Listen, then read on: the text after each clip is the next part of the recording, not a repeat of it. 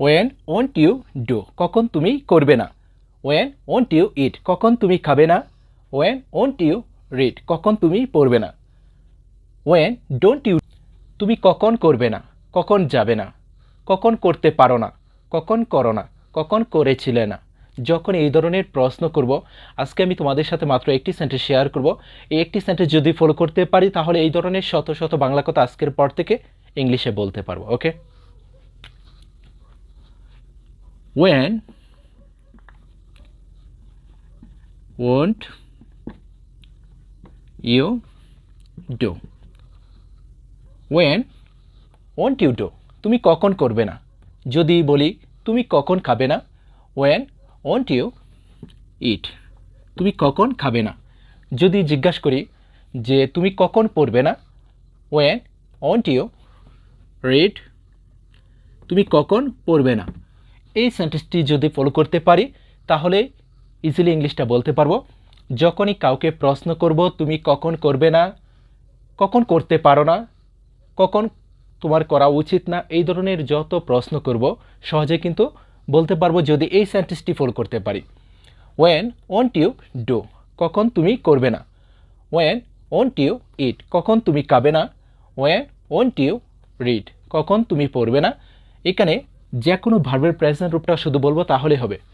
এখন যদি বলি বা জিজ্ঞাসা করি যে কখন তুমি করো না, কখন তুমি খাও না, কখন তুমি পড়ো না, সেই ক্ষেত্রে বলবো ওন্টের পরিবর্তে শুধু বলবো don't. When don't you do, কখন তুমি করো না। ওয়েন ডোন্ট ইউ ডু, কখন তুমি করো না, কখন তুমি খাও না। ওয়েন ডোন্ট ইউ ইট, কখন তুমি খাও না, কখন তুমি পড়ো না। ওয়েন ডোন্ট ইউ রিড, কখন তুমি পড়ো না। খুব সহজ কিন্তু। ওকে, এখন যদি জিজ্ঞাসা করি যে কখন তুমি করেছিলে না, কখন তুমি খেয়েছিলে না, কখন তুমি পড়েছিলে না, সেই ক্ষেত্রে বলবো ওয়েন ডিডেন্ট ইউ ডু, কখন তুমি করেছিলে না। When didn't you do, when didn't you do, কখন তুমি করেছিলে না। ওয়েন ডিডেন্ট ইউ ইট, কখন তুমি খেয়েছিলে না। ওয়েন ডিডেন্ট ইউ রিড, কখন তুমি পড়েছিলে না। ওকে, এখন যদি প্রশ্ন করি কখন তুমি করতে পারো না, কখন তুমি খেতে পারো না, কখন তুমি পড়তে পারো না, সেই ক্ষেত্রে বলবো when can't, when can't you do, কখন তুমি করতে পারো না।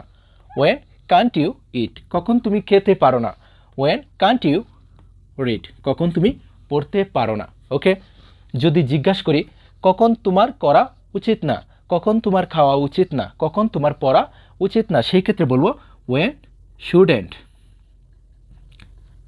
ওয়েন শুডেন্ট ইউ ডু, কখন তোমার করা উচিত না। ওয়েন শুডেন্ট ইউ ইট, কখন তোমার খাওয়া উচিত না। ওয়েন শুডেন্ট ইউ রিড, কখন তোমার পড়া উচিত না।